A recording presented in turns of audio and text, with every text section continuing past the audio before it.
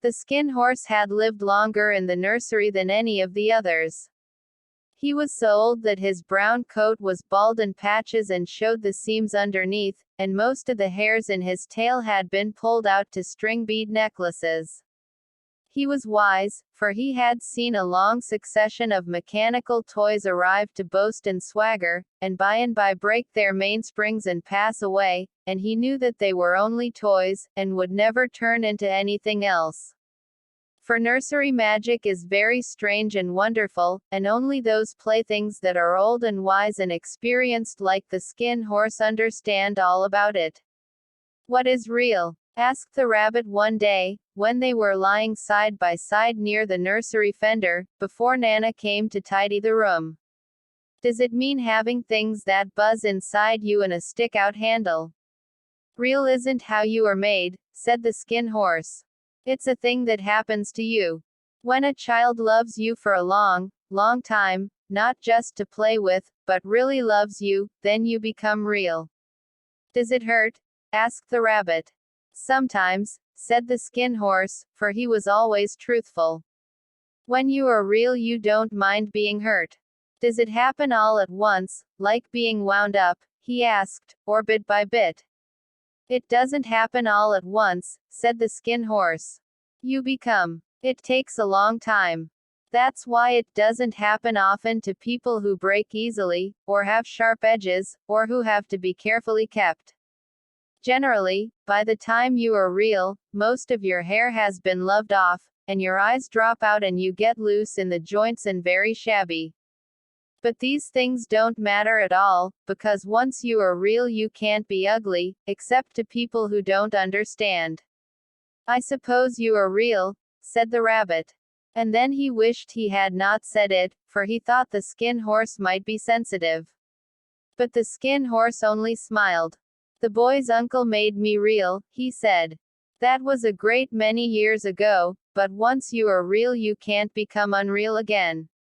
It lasts for always. The rabbit sighed. He thought it would be a long time before this magic called real happened to him.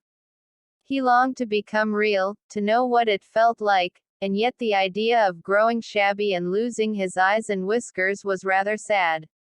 He wished that he could become it without these uncomfortable things happening to him.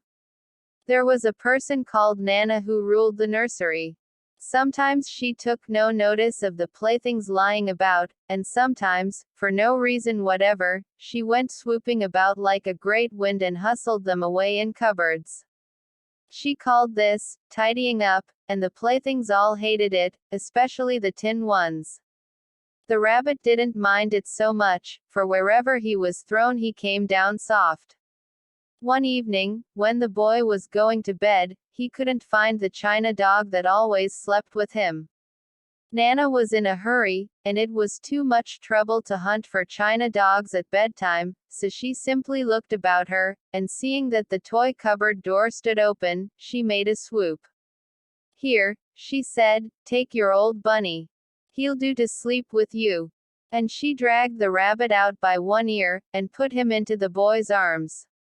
That night, and for many nights after, the Velveteen Rabbit slept in the boy's bed. At first he found it rather uncomfortable, for the boy hugged him very tight, and sometimes he rolled over on him, and sometimes he pushed him so far under the pillow that the rabbit could scarcely breathe. And he missed, too, those long moonlight hours in the nursery, when all the house was silent, and his talks with the skin horse.